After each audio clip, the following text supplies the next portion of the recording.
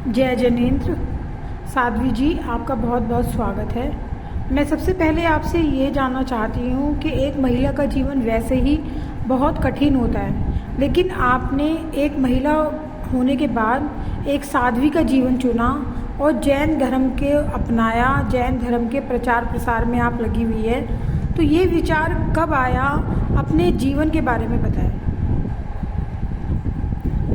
मेरा नाम साध्वी डॉक्टर कुंदन रेखा है और अभी मैं जैन धर्म में तेरापन धर्म संप्रदाय, जैन श्वेतांबर तेरापन संप्रदाय के आचार्य तुलसी जिस समय हुआ करते थे उनके कदमों से मुझे दीक्षा स्वीकार की।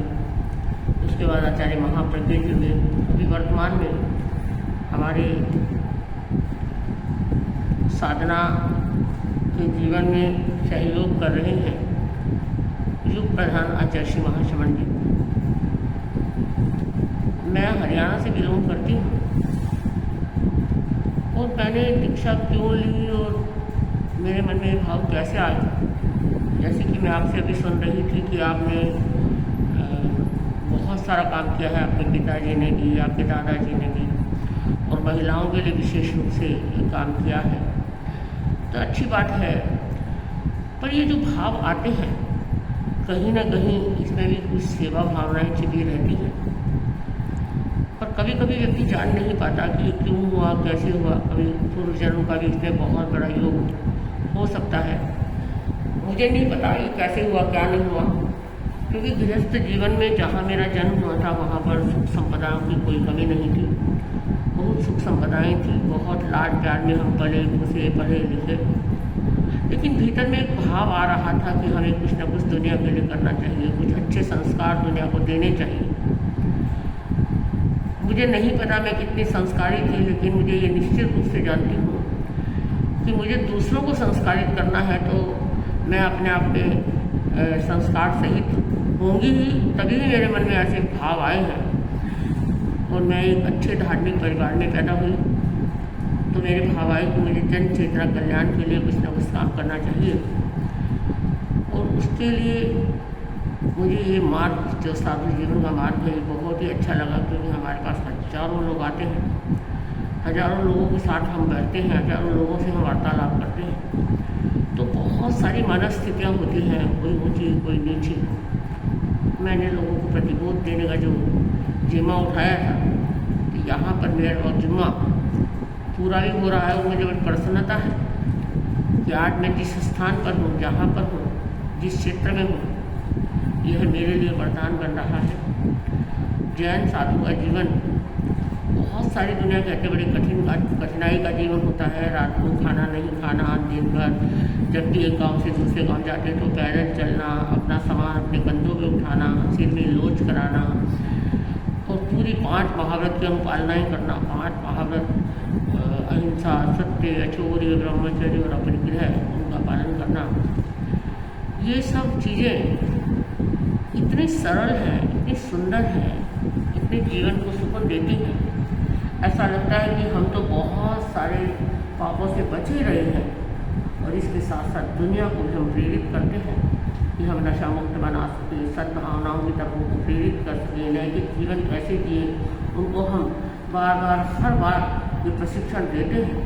तो बहुत हजारों लोगों को प्रतिबोध मिलता है, सैकड़ों लोग अवश्य सुधरते हैं, तो जन चेतना का कल्याण भी हो रहा है।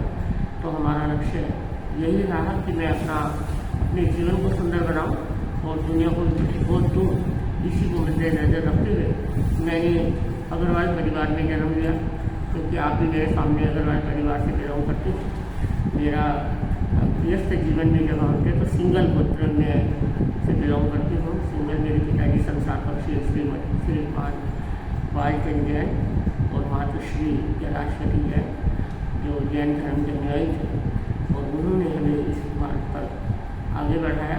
वो बहुत धार्मिक थे और मैं आज गर्व का अनुभव करती हूँ कि मुझे इतना बड़ा धर्म संघ मिला। मेरे आचार्य महाश्रवण जी से वर्तमान में गुरु मिले, उनके निर्देशन में हम सतत आगे बढ़ रहे हैं, अपने आप को मंदिर की तरफ अग्रसर कर रहे हैं।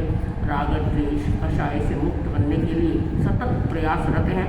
तो हम निश्चित रूप से मानते हैं कि चाहे वो स्त्री जाति में है, चाहे वो पुरुष जाति में, हर व्यक्ति व्यक्ति के लिए, मनुष्य मात्र के लिए आवश्यक है कि अपने जीवन को नैतिक बनाए, सद्भावना से युक्त बनाए, नशा मुक्त जीवन शैली को अपनाएं।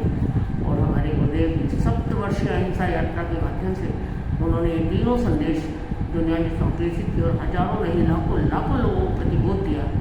तो ये हमारे हमारे गुरु बहुत मेहनत करते हैं, पैदल चलते हैं, रात को खाना पीना नहीं करते हैं, बहुत सारा मेहनत वो हम दुनिया के लिए नहीं, हम अपने जीवन के उत्थान के लिए भी करते हैं और इससे दुनिया को भी प्रतिबोध मिलता है। इसीलिए मैंने दीक्षा स्वीकार की और आज मैं बड़ी खुशनसीब हूँ कि मुझे ऐसा धर्म सकता। जी, मैं आपसे ये जानना चाहूँगी कि किसी भी धर्म में अगर महिलाएं साध्वी का अगर मार्ग चुनती हैं तो उनके लिए विशेष तौर पे क्या चुनौतियाँ होती हैं, उनके लिए कितना कठिन है? ऐसा है कि जो अच्छा मार्ग चुनते हैं, जब वो महिला है चाहे वो पुरुष है, तो परिवार वालों को विघ्न तो आता ही है, विघ्न बाधाएँ आती हैं, वो उस मार्ग को डराते हैं, उस मार्ग पर चलने के लिए उनको इस प्रकार की कठिनाइयाँ आ सकती हैं, है ना। लेकिन जब व्यक्ति का दृढ़ निश्चय होता है तो कठिनाइयों के सामने झुक नहीं सकती, कठिनाइयों में वो झुकती नहीं है और वो आगे बढ़ जाती हैं। और महिलाएं तो फिर पुरुषों से ज़्यादा मुझे लगता है महिलाएं ज़्यादा स्ट्रॉन्ग हैं। महिलाएं जो निर्णय ले लेती हैं तो उसको कोई डिगा दे, ये मुश्किल काम है। महिलाओं में दृढ़ संकल्प होता है, शक्ति होती है, आत्मिक बल होता है। और मुझे तो मेरे लिए मैं बोल सकती हूँ कि मुझे जब मैंने इस दीक्षा के लिए सोचा कि मुझे यहाँ नहीं रहना गृहस्थ जीवन में, तो माता पिता मोहवश रोकने की बहुत कोशिश कर रहे थे, लेकिन मैंने उनको अच्छे से समझा दिया कि आप अपने जितने भी बच्चे हैं क्या आप अपने पास रख लोगे, किसी की शादी नहीं करोगे क्या, किसी को ससुराल नहीं भेजोगे क्या? उन्होंने कहा वो तो भेजेंगे, फिर आपके पास तो कोई नहीं रहेगा, मेरा तो ससुराल, मेरा यही घर है, बड़ा घर है जहाँ पर मैं अपने आँख को आह्लाद आनंद का अनुभव करूँगी और दुनिया को भी इसमें सराबोर कर दूँगी। तो लास्ट में उन्होंने उस बात को स्वीकार करना पड़ा और मेरी बिल्कुल प्रसन्नता से उन्होंने मुझे दीक्षा दी। अब होता है मोह, होता है मोह के वशीभूत तो सब कुछ आता है। अभी तो आपके माता पिता जीवित नहीं? माता पिता तो मेरे अब देवलोक हो चुके हैं, अभी तो नहीं है, लेकिन मेरे अभी माता पिता जो मेरे गुरु हैं और मेरे गुरु तो मेरे। तो परिवार से जब कोई साधु बन जाता है तो क्या वो परिवार से संपर्क कर सकते हैं? ऐसा है कि साधु परिवार से संपर्क नहीं करता और नहीं करना चाहिए, क्योंकि अगर गृहस्थ से हमारा संपर्क रहेगा तो हमारी साधना शिथिल पड़ जाती है, हमारी साधना ढीली पड़ जाती है, क्योंकि हमारा मोह छूटा नहीं। और जब तक मोह नहीं छूटता तो फिर हम आगे नहीं बढ़ सकते, कि हमारी साधना में विघ्न आते हैं। लेकिन परिवार वाले हमें नहीं छोड़ते, हमको तो परिवार वाले कोई याद नहीं रखते, न हम शादी में जाते हैं, न हम में जाते हैं, न हम दुख में जाते हैं, न सुख में जाते हैं, उनके पास नहीं जा सकते। लेकिन वो समय समय पर हमारे पास आते रहते हैं, प्रतिबोध लेते रहते हैं, तो परिवार वालों का कनेक्शन हमारे साथ में जुड़ा रहता है और आध्यात्मिक गतिविधियों में वो हमारा मार्गदर्शन लेते रहते हैं, ताकि हम उन्हें आगे बढ़ने के लिए प्रेरित करते रहें। इसलिए जी, मैं आपसे ये जानना चाहूँगी कि जब आप साध्वी बनी तो आपकी उम्र क्या थी और आपको सबसे पहले किसी भी चीज़ को अपनाने में सबसे पहली जो कठिनाई आई वो क्या थी? ऐसा है, मेरी उम्र उस समय जब मैंने दीक्षा स्वीकार की, ये पद स्वीकार कर लिया, तब मैं लगभग 18.5 साल की थी। 18? 18.5 साल की। और जब मैंने स्वीकार करने के लिए संकल्प किया, उस समय उपयोग सहित मैं 17 साल की थी। 1.5 साल मुझे इन सब चीज़ों को जमाने में लगा, क्योंकि हमारे यहाँ पर एक संस्था है, पारमार्थिक शिक्षण संस्था, परम अर्थ अर्थात परम लक्ष्य को प्राप्त करवाने में सहयोगी संस्था है, उसका नाम है पारमार्थिक शिक्षण संस्था। तो हमारे गुरुदेव पहले जब जो भी दीक्षा लेना चाहता है तो उस संस्था में उसको एडमिट होना पड़ता है, जैसे एज ए कॉलेज हॉस्टल या एज ए स्कूल हॉस्टल, कुछ भी माने उसके अंदर, वो एक हॉस्टल की तरह है। और वहाँ पर सारी आध्यात्मिक गतिविधियों के लिए हमें तराशा जाता है, परखा जाता है, पढ़ाया जाता है, प्रतिबोध दिया जाता है। तो मैं वहाँ पर ही गई और वहाँ पर परमिशन मिलने में मुझे थोड़ा सा वक्त लगा और 1 साल मैं लगभग वहाँ पर रही। और 1 साल के बाद में गुरुदेव ने अनंत कृपा करके मुझ पर विश्वास जता दिया और उन्होंने मुझे दीक्षा दे दी। तो मैं लगभग 18.5 साल की थी जिस समय मैंने दीक्षा स्वीकार की। जहाँ तक कठिनाई का प्रसंग है तो मुझे नहीं लगता कि मुझे किसी भी बात में कठिनाई मिलेगी। मैं आपको सही बताती हूँ, क्योंकि यहाँ पर तो हम नीचे धरती पर सोते हैं, घर घर में मांग कर खाना लाते हैं और बालों का लूंचन करवाते हैं। जब सबसे पहले मैंने दीक्षा स्वीकार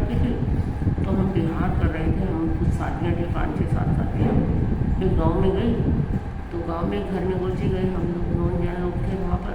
उन्होंने गोलची भिक्षा देने के लिए मना कर दिया कुछ, क्योंकि अनपढ़ लोग होते हैं, अज्ञानी लोग होते हैं, जानते नहीं हैं, तो मना कर दिया। तो मैंने उन साथियों से कहा नहीं, हमको गोलची भिक्षा के लिए नहीं जाना चाहिए। जब लोग नहीं जाते तो बोले, हमारी साथियों ने मुझे समझाया कि हमारी परीक्षा है, क्योंकि हमको तो मांग के लाना है, कोई देगा कोई नहीं भी देगा, लेकिन हमें तो सब पर प्यार लुटाना है। सब बहुत अच्छी है दुनिया, हमें तो जितना हमें ज़रूरत है हम उतना ही लाते हैं। और रात में हमारे यहाँ बासी खाना नहीं मिलेगा, बिल्कुल भी नहीं मिलेगा। सुबह से शाम तक भी वो वाला सुबह वाला खाना नहीं मिल सकता। ये हमारी ड्यूटी है। जब मेरा लुंचन हुआ तो मेरे जब बाल जो उतारते हैं तो उस लुंचन के वक्त में गुरुदेव ने मुझसे पूछा, सतकुंदन ने कहा तुम्हें कैसा लगा? मैंने कहा गुरुदेव मुझे तो नींद आ गई, बहुत अच्छा लगा। बड़ा आश्चर्य हुआ कि इतना छोटी होकर के वो लुंचन में तो सबको दर्द होता है, मुझे नींद आ गई। पर हाँ, लुंचन की तरह मुझे बहुत अच्छा लगा। लेकिन जब वो भिक्षा के लिए मैं गई थी वहाँ पर उन्होंने जब मना किया था तो एक बार के लिए लगा था कि नहीं, हमें घरों में कोई चीज़ नहीं जाना चाहिए। लेकिन वो भी मुझे साथियों ने समझा दिया था। और उसके बाद मुझे कभी ऐसा फील ही नहीं हुआ। बहुत सारे बात प्रसंग आते हैं जो अज्ञानी लोग कभी कभी कह देते हैं कि तुम लोग भूखे क्यों नहीं रह लेते, दीक्षा लिए तो भूखे भी रहो, क्यों हमारे घरों में आते हैं। लेकिन हमने उनको भी प्रतिबोध दिया और प्रसन्नता के साथ प्रतिबोध दिया, और वो समझे भी और वो बड़े आज भी वो हम लोगों के भक्त बने हुए हैं। तो इस प्रकार ऐसी स्थितियाँ आती हैं। पर साधु कभी किसी से न दोष राग करता है न द्वेष करता है, सबको प्यार से समझा देता है और आगे बढ़ जाता है। बहुत ही सुंदर, बहुत ही सुंदर। मेरा मन भी पवित्र हो गया। मैं आपसे जानना चाहती हूँ कि आप हरियाणा की मिट्टी में आप पली बड़ी, आपका जन्म हुआ। हरियाणा में आज भी सबसे ज़्यादा कन्या भ्रूण हत्या की जाती है, गर्भ में ही बच्चियों को मार दिया जाता है। और आप एक साध्वी हैं, तो आप उन समाज के जो ठेकेदार हैं या जो बच्चियों के साथ कुकर्म करते हैं किसी भी तरीके का, तो आप उनके लिए क्या संदेश देना चाहेंगी? देखो ऐसा है, हम अहिंसा महाव्रत का अनुपालन करते हैं। हम किसी जीवों को सताते नहीं, मारते नहीं। यहाँ तक कि हमारे भगवान महावीर ने कहा है कि 3 तरह की हिंसा होती है, शारीरिक, कायिक हिंसा, मानसिक हिंसा, वाचिक हिंसा।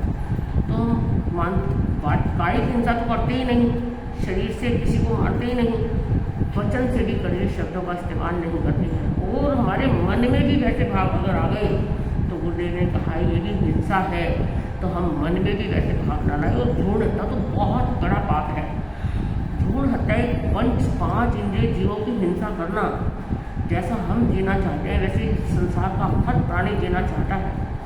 लेकिन जो माँ अपने भ्रूण की हत्या करती है वह महादोषी है, उसे ऐसा कभी नहीं करना चाहिए। या तो संयम करें, आपको बच्चों की जरूरत नहीं है तो आप संयम जीवन जिए, उस तरफ आगे बढ़े नहीं। और अगर आपको अपने समाज को आगे बढ़ाने के लिए बच्चों की ज़रूरत होती है तो वहाँ पर लड़की और लड़के में भेद कभी नहीं होना चाहिए। और वर्तमान में सिद्ध भी हो चुका है कि लड़के जितने आगे बढ़ रहे थे, कहीं कितनी लड़कियाँ आगे बढ़ चुकी हैं।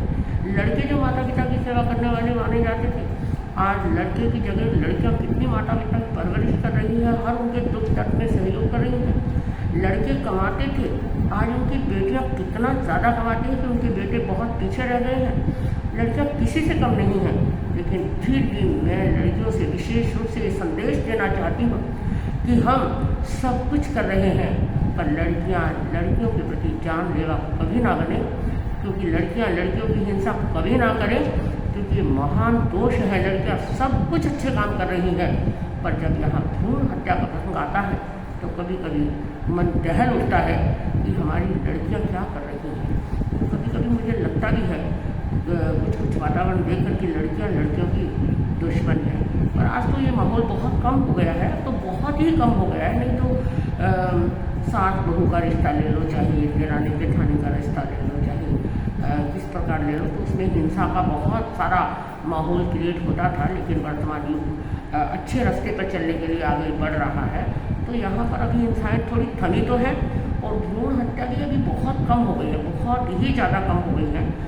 पर मेरी दुनिया के लिए संदेश है कि हमें इस जघन्य हिंसात्मक कार्य को अति शीघ्र रोक लेना चाहिए, अपने मन को कंट्रोल करना चाहिए और अपनी लड़की की परवरिश उसी प्रकार करनी चाहिए जैसे तुम लड़की की परवरिश करते हो। वर्तमान में वैसा वास्तव में ऐसा माहौल हो गया है, लगभग 95 तो मैं मान रही हूँ कि होना चाहिए, 95% लड़कियों का भी बहुमान उतना ही हो गया है, लेकिन 5% भी क्यों, वो 5% भी जो बचा हुआ भाव है उसको भी हमें हटाना चाहिए और हम अहिंसक समाज की संरचना में आगे बढ़ें। इसी के प्रति मैं प्रतिबोध देती हूँ कि हम लोग सब आगे बढ़ें और महिला समाज अपनी शक्ति का सदुपयोग करे और महिलाओं के प्रति प्यार लौटाए ताकि हमारा समाज बहुत आगे बढ़ जाए। जी, बहुत सुंदर। बस आपसे आखिरी प्रश्न मैं ये जानना चाहूँगी कि जैन धर्म को आप कैसे देखते हैं कि जैन धर्म की क्या भूमिका रही है महिलाओं के चहुमुखी विकास में?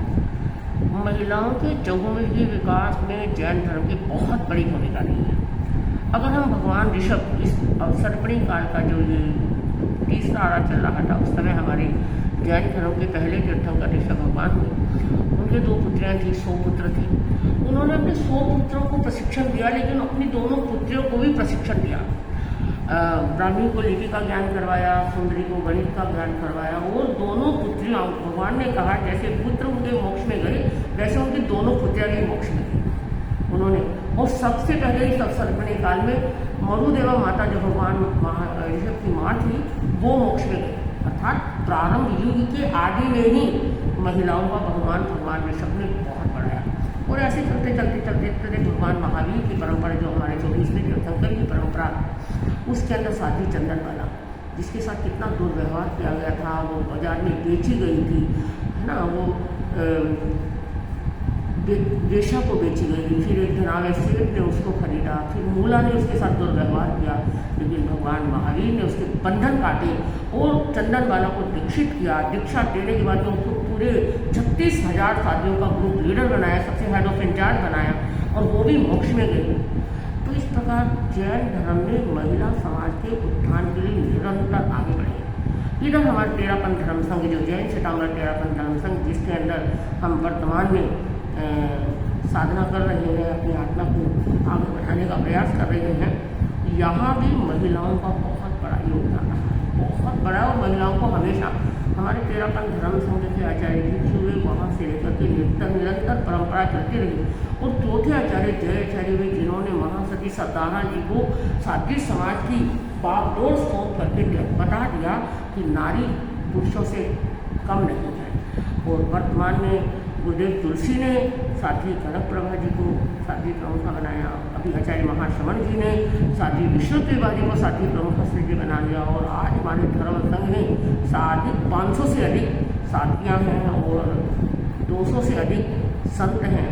तो पूरे धर्म संघ में साध्वियों का जो भाग है, साध्वियों की जो प्रगति है वो बहुत ही जोरों शोरों से हो रही है। और हमारे आगम संपादन का कार्यक्रम करें, हमारी इंग्लिश में बोलने का कार्यक्रम है, हमारे प्रवचन कार्ड देखें तो साधुओं से साथियों कभी भी कम नहीं है। और ये प्रेरणा हमें गुरुओं से मिली है, हमेशा हमारे गुरु ही सब कुछ करते हैं, क्योंकि धर्म टेरापन धर्म संघ में एक गुरु का अनुशासन बहुत बड़ी शक्ति का नाम है। पूरे विश्व के अंदर, पूरे ब्रह्मांड में मैं गर्व के साथ कह सकती हूँ, एक गुरु के अनुशासन में प्रबुद्ध साधु साथियों का ग्रुप, लगभग 800 साधु साथियों का ग्रुप, ये आचार्य महाश्रवण जी के निर्देशन में वर्तमान में अपनी साधना करते हुए जन चेतना जागरण का कार्यक्रम इतने जोरों से हो रहा है, जिसमें अनुव्रत, प्रेक्षा ध्यान, जीवन विज्ञान, ये 3, 4, 5 ऐसे आयाम हैं। तो उस आयामों के द्वारा जन जन की चेतना जागी। प्रेक्षा ध्यान के साथ तनाव का जीवन है, चारों तरफ डिप्रेशन, तनाव है,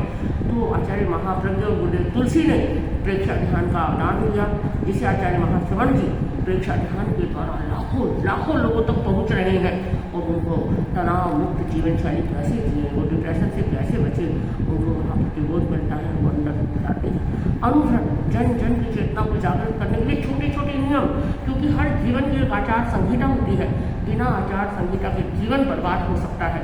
तो वहाँ पर वो 11 नियम है, अनुव्रत के 11 नियम, उन नियमों का अनुपालन करके छोटे छोटे नियम हैं, इतने छोटे नियम हैं, हर जीवन को सुंदर बना सकते हैं, सुखद बना सकते हैं, आनंद दे सकते हैं और जीने में आनंदमय जीवन के द्वारा वो निरंतर अपनी जो मंजिल है उसको आगे बढ़ा सकते हैं। सुकून मिल सकता है तो अनुभव के द्वारा, छोटे छोटे नियमों के द्वारा। क्योंकि जब ये चालू हुआ था, प्रारंभ हुआ था, उस समय सबसे पहले राष्ट्रपति डॉक्टर राजेंद्र बाबू थे, उन्होंने ही अनुभव का अभियान स्वीकार किया था, अनुभव के नियम स्वीकार किए थे। और आज तो करोड़ों लोगों ने अनुभव को स्वीकार किया है और अपने जीवन को सुंदर बनाया है। जीवन विज्ञान विशेष रूप से बच्चों के लिए है, जिसमें अनुभव की भूमिका विशेष रूप से है, प्रेक्षण ध्यान की भूमिका, दोनों उसके साथ जुड़ते हैं कि जीने की कला। तो सारे बच्चे जीने की कला नहीं जानते हैं, कैसे जीना चाहिए। हम उसके अंदर बहुत सारी बातें हैं कि हम अपने मस्तिष्क को तीव्र कैसे कर सकते हैं, अपने भाव को सकारात्मक कैसे बना सकते हैं, नेगेटिविटी से दूर कैसे रह सकते हैं, अपने कषाय से मुक्त जीवन शैली कैसे हो सकती है। क्योंकि कषाय से मुक्त जीवन शैली अगर बन जाए, राग द्वेष से विमुक्त हम बन जाए, तो हमारा जीवन कितना खुशहाल बन सकता है, कितना आनंददायक बनता है। तो फिर तनाव हमारे हमको क्या कहेगा, हम तनाव में रह ही नहीं सकते, क्योंकि फिर तो हमारा जीवन, हम सत्य को जानते हैं। और जहाँ सत्य को जान लेंगे फिर वो दूर नहीं, वो दिन दूर नहीं जो हमारा अपना दिन होगा, जो हमारे अपने लिए ऐसा दिन आएगा, जन्म मरण की परंपरा का हम अंत कर देंगे और एकदम अजरामर सुखद जीवन जिएंगे, सच्चिदानंद का आनंद लेंगे। इसी मंगल भावना के साथ ओम अर्पण। बहुत ही सुंदर। अब मैं आपको दिखाना चाहूँगी कि कैसे जो साध्वी जी होते हैं उनका कैसे सादा जीवन होता है। देखिए, आप ये बेड देख रहे हैं, देखिए इस पे ना कोई गद्दा है, ना कोई ताम झाम है, और देखिए कमरा पूरा खाली पड़ा हुआ है, इसमें कोई भी आप देखेंगे सुख विलास कुछ भी नहीं है। और इनके शब्द और विचार तो आपने सुने, देखिए पूरा। और मैं अचानक आई हूँ साध्वी जी से मिलने, इन्हें कुछ पता नहीं था। इनके दरबार सबके लिए खुले हुए हैं, कोई भी इनसे आके कभी भी मिल सकता है। ये है हमारे भारतवर्ष की सुंदरता, जो हमारे हर धर्म में हमें देखने को मिलती है। और यही शायद हम भारतीयों की ताकत है, हमारी सादगी, हमारी सरलता और हम सबका साथ, सबका विश्वास। बहुत बहुत आपका धन्यवाद, बहुत धन्यवाद।